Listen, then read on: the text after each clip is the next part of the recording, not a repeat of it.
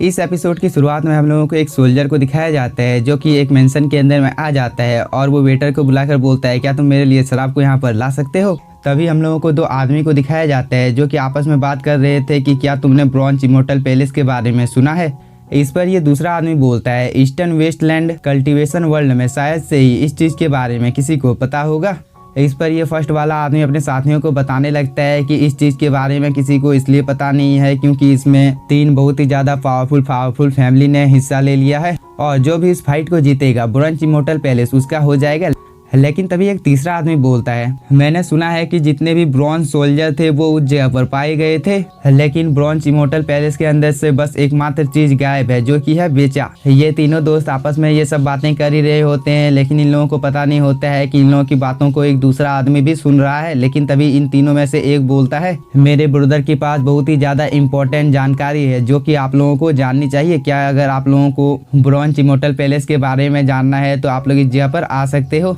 इस बात को सुनने के बाद बहुत सारी भीड़ इन तीनों दोस्तों को यहाँ पर घेर लेती है। तभी यह आदमी बताने लगता है कि क्या तुम लोगों ने अपनी जिंदगी में पीकॉक किंग के बारे में कभी सुना है। और वो यह बोलने के बाद में उस आदमी का तस्वीर इन लोगों के सामने रख देता है, जिसे देखकर सभी लोग बहुत ही ज्यादा शॉक हो जाते हैं। और एक आदमी बोलता है, ये तो मौर्य किंग है। तभी हम लोगों को मौर्य किंग के बारे में बताया जाने लगता है कि वह डीमन क्लैंग का सबसे ज़्यादा पावरफुल डीमन था और वो ह्यूमंस के ऊपर अपना कंट्रोल करना चाहता था। साथ ही वह बहुत ही ज़्यादा पावरफुल भी था जिसकी वजह से कोई भी उसे अपने कंट्रोल में नहीं कर पा रहा था। लेकिन अभी मुझे जिस बात के बारे में पता चला है, अगर आप लोगों को इस बात के बारे में पता चल जाता है तो आप लोग बहुत ही ज़्यादा शॉक हो जाओगे, क्योंकि मौर्य किंग डीमन लॉर्ड का वंशज है, जिसकी वजह से हम लोग उसकी पावर का अंदाजा भी नहीं लगा सकते हैं क्योंकि वो नर्क से बिलोंग करता है। और वो यह बोलकर सभी लोगों को डराने लगता है। लेकिन तभी हम लोगों को जी फैमिली का सीन दिखाया जाता है जहां पर मौर्य किंग ने इन लोगों के ऊपर हमला कर इन लोगों की फैमिली को डिस्ट्रॉय कर दिया था और जी फैमिली के एल्डर को बचाने की इन लोगों ने पूरी कोशिश की थी। लेकिन उस जगह पर चारों तरफ लाशें थी और उस जगह पर कोई भी ऐसा नहीं था जिसकी जान बच पाई थी। और ये हम लोगों के लिए बहुत ही ज़्यादा दुख की बात है कि अभी तक जी फैमिली का होली गॉड वापस नहीं आया है। और जैसे ही इस चीज़ के बारे में जी फैमिली के बाकी लोगों को पता चला कि मौर्य किंग ने इन लोगों के फैमिली के ऊपर हमला कर दिया है तो वो लोग बहुत ही ज़्यादा घबरा गए। लेकिन तब तक मौर्य किंग ने एक एक कर सभी लोगों को मारना शुरू कर दिया था। इसलिए जी फैमिली के जितने भी लोग थे उन सभी लोगों ने मौर्य किंग के साथ फाइट करने का फैसला किया और वो सभी लोग ब्रॉन्ज इमोर्टल पैलेस के पास आकर एक जगह पर इकट्ठा हो गए। और साथ ही इन लोगों के साथ में पीकॉक किंग भी था। तभी हम लोगों को एल्डर जी होंग को दिखाया जाता है जो कि अपने सभी साथियों को बोलता है, मौर्य किंग इस जगह से बचकर जाना नहीं चाहिए। इस बात को सुनकर सभी डिसाइपल मौर्य किंग के ऊपर अटैक कर देते हैं और इन लोगों के बीच में एक बहुत ही ज़्यादा खतरनाक फाइट छिड़ जाती है। और इस चीज़ के बारे में जैसे ही इन सभी लोगों को पता चलता है, ये सभी लोग बहुत ही ज़्यादा शॉक हो जाते हैं। तभी एक दूसरा सोल्जर बताने लगता है कि जी फैमिली ने इस वॉर को जीत लिया, जिसकी वजह से उसे बहुत ही ज़्यादा पावरफुल एशियन होली बॉडी मिली थी और ये अभी फिलहाल के लिए हाउयू के पास है, जिसकी वजह से उसकी कल्टीवेशन बहुत ही तेजी के साथ में ग्रो होने लगी। तभी ये फर्स्ट वाला आदमी बोलता है, मेरे पास और एक ताज़ा खबर है, क्या तुम लोगों को यह सुनना है। इस पर ये सभी लोग भी हाँ बोलते हैं। इस पर ये फर्स्ट वाला आदमी बताने लगता है कि जी फैमिली की प्रिंसेस जिया जो कि किसी के साथ भागने की फिराक में है, वो अभी फिलहाल के लिए किक्सिया माउंटेन की ओर चले गए हैं। लेकिन इन लोगों को पता नहीं है कि एल्डर जी होंग अभी भी इन लोगों का पीछा कर रहा है और अगर ऐसा ही चलता रहा तो बहुत ही जल्द इतिहास के पन्नों से जी फैमिली का नाम खत्म हो जाएगा।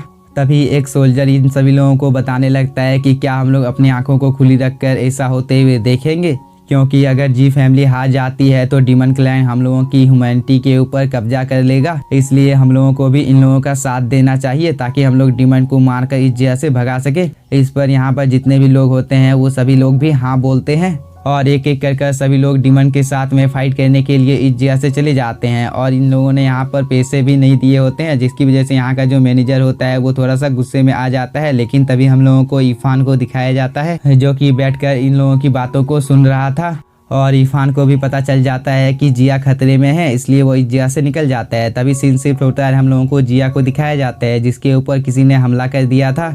और जो आदमी यहाँ पर जिया के ऊपर अटैक कर रहा था वो बोलता है, मेरे पास पूरा दिन पड़ा हुआ है, मैं देखना चाहता हूँ कि तुम कब तक मेरे अटैक से बचती हो। इस पर जिया कुछ भी नहीं बोलती है और वो अपने सामने एक प्रोटेक्टिव बैरियर को बना लेती है। लेकिन तभी एक अटैक जिया को आकर लगता है जिसकी वजह से वह नीचे गिर जाती है। इस चीज़ का फ़ायदा उठाकर ये सभी लोग जिया को चारों तरफ से घेर लेते हैं और ये सभी वॉरियर अपने एक बहुत ही ज़्यादा पावरफुल वेपन को इस जगह पर समन कर लेते हैं और इसकी पावर को एक्टिवेट कर देते हैं, जो कि सीधे जाकर जिया को लगता है। लेकिन जिया की बॉडी में कुछ गड़बड़ होती है और जिया की बॉडी इस जगह पर ब्लास्ट हो जाती है।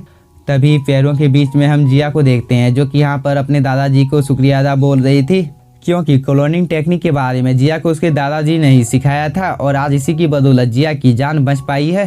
तभी हम लोगों को और एक वॉरियर को दिखाया जाता है, जो कि जिया के ऊपर अपने पगोड़ा से हमला कर देता है, जिसे जिया डॉज नहीं कर पाती है। और इस मौके का फायदा उठाकर ये वॉरियर जिया को पकड़ लेता है और वो उसे बोलने लगता है, तुम्हारे पास जितने भी सीक्रेट वेपन थे तुम्हें उन सब का यूज कर देना चाहिए था, क्योंकि अब तुम मेरे हाथों से मरने वाली हो। इसके बाद ये सब चीज़ें तो वेस्ट हो जाने वाली है।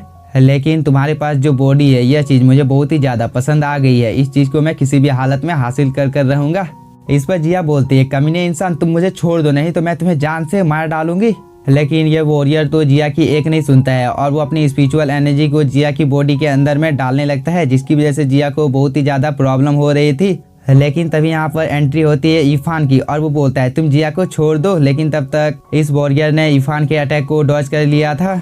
लेकिन इरफान अचानक से इस वॉरियर के ऊपर अपने स्पिरिचुअल पंच से हमला कर देता है, जिससे यह वॉरियर अपने एक प्रोटेक्टिव बैरियर को अपेयर कर डॉज करने लगता है। लेकिन इरफान का यह अटैक बहुत ही ज़्यादा पावरफुल होता है, जिसे रोकने में इस वॉरियर को भी प्रॉब्लम हो रही होती है। तभी वह इरफान को दूर कर देता है और इस मौके का फ़ायदा उठाकर इरफान अपने किक से इस वॉरियर के ऊपर अटैक कर देता है, जिसकी वजह से वह दूर जाकर गिरता है। और इस मौके का फ़ायदा उठाकर इरफान जिया को बचा लेता है और वो जिया को बोलता है, जिया क्या तुम ठीक हो? इस पर जिया भी हाँ बोलती है। लेकिन तभी हम लोगों को इस वॉरियर को दिखाया जाता है, जो कि इरफान के पास एशियंट होली बॉडी को देखकर थोड़ा सा शॉक होता है और वो बोलता है, आज तो मेरी किस्मत बहुत ही ज़्यादा अच्छी है, क्योंकि मुझे 2 यहाँ पर एशियंट होली बॉडी मिलने वाले हैं, जिसकी वजह से मेरी पावर बहुत ही ज़्यादा बढ़ जाएगी। तभी उसके साथी भी एक एक करके इस जगह पर आने लगते हैं। इधर हम इरफान को देखते हैं, जो कि इन सभी लोगों को देखकर थोड़ा सा परेशान हो जाता है और वो जिया को बोलता है, आखिरकार ये लोग कौन है जो कि तुम्हारा पीछा कर रहे थे? इस पर जिया बोलती है, मुझे इन लोगों के बारे में कुछ भी पता नहीं है। तभी ये वॉरियर अपने सभी साथियों को बोलता है, इन दोनों में से कोई भी बचकर यहाँ से जाना नहीं चाहिए। और वो ये बोलने के बाद में पगोड़ा से इरफान और जिया के ऊपर हमला कर देता है। लेकिन जिया इस चीज़ को देखकर थोड़ी सी शॉक होती है कि इन लोगों के पास फिनिक्स बर्ड है। तभी इरफान बोलता है, मेरे पास एक रास्ता है, और वो ये बोलकर अपने फॉर्मेशन को एक्टिवेट कर लेता है, जिसकी मदद से वह बहुत ही आसानी के साथ में इस वॉरियर के सभी अटैक को डॉज कर पा रहा था।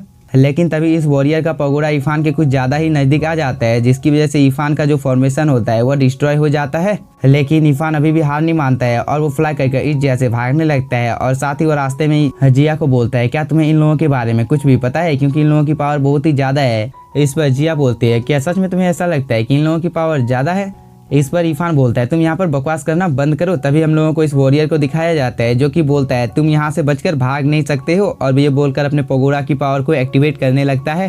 तभी इरफान और जिया भी इस जगह पर नीचे की ओर आ जाते हैं, जिसे देखकर ये सभी वॉरियर इरफान और जिया को चारों तरफ से घेर लेते हैं। इस चीज़ को देखकर जिया बोलती है, हम लोगों का खेल अब खत्म हो गया है, अब हम लोगों के पास कोई दूसरा रास्ता नहीं है। तभी हम लोगों को इस वॉरियर को दिखाया जाता है, जो कि कुछ ज़्यादा ही गुस्से में आ जाता है और वो बोलता है, तुम लोग बच नहीं सकते हो। और वो ये बोलकर इन लोगों के ऊपर अटैक करने ही वाला था। तभी इरफान बोलता है, ये देखो सुनहरा पक्षी, जिसे सुनकर यहाँ पर जितने भी वॉरियर होते हैं वो सभी लोग आसमान की ओर देखने लगते हैं। लेकिन इस मौके का फ़ायदा उठाकर इरफान और जिया इस जगह से भाग जाते हैं, जिसकी वजह से इस वॉरियर को खुद के ऊपर बहुत ही ज़्यादा गुस्सा आ रहा था। लेकिन तभी हम लोगों को इरफान और जिया को दिखाया जाता है, जो कि सुनहरे पक्षी के घोंसले के पास आ गए थे और इस जगह पर बहुत ही अमाउंट में थंडर एनर्जी घूम रही होती है। इस चीज़ को देखकर जिया बोलती है, इरफान क्या तुम श्योर हो कि इस जगह पर थंडर बर्ड नहीं है? नहीं तो हम लोगों की हालत यहाँ पर ऐसी होने वाली है, जिसकी वजह से हम लोगों को कोई पहचान भी नहीं पाएगा।